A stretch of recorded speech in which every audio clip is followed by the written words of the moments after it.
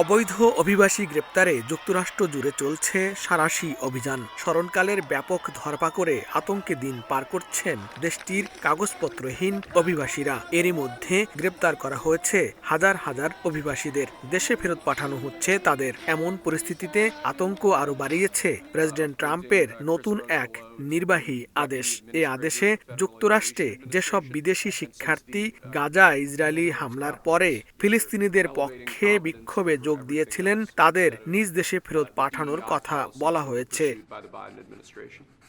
এ বিষয়ে গেল বুধবার একটি নির্বাহী আদেশে সই করেছেন মার্কিন প্রেসিডেন্ট ডোনাল্ড ট্রাম্প। নির্বাহী আদেশের ফলে মার্কিন ইহুদিদের বিরুদ্ধে হুমকি, অগ্নিসংযোগ, ভাঙচুর ও সহিংসতাকারীদের কঠোর শাস্তি দেওয়ার পদক্ষেপ নিতে পারবে ট্রাম্প প্রশাসন। এরই মধ্যে তাদের বিরুদ্ধে তাৎক্ষণিক ব্যবস্থা নিতে বিচার বিভাগকে নির্দেশনাও দেয়া হয়েছে।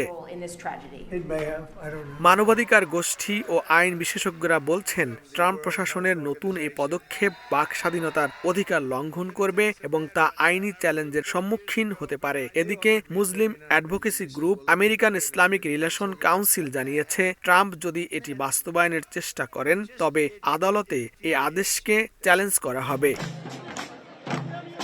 2023 সালের 7 অক্টোবরে গাজায় ইসরায়েলের আগ্রাসন শুরু হয়। এর প্রতিবাদে বিশ্বের অনেক দেশে প্রতিবাদ ও বিক্ষোভ সমাবেশ অনুষ্ঠিত হয়। মার্কিন বিশ্ববিদ্যালয় ও কলেজগুলোতেও হয় বড় ধরনের বিক্ষোভ। যুক্তরাষ্ট্রের অনেক বিশ্ববিদ্যালয়ে সমাবর্তনও অর্জন করেন শিক্ষার্থীরা।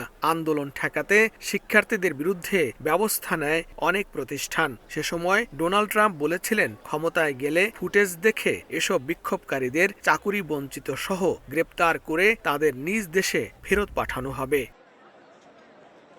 লস্কর আল মামুন, সময় সংবাদ, যুক্তরাষ্ট্র।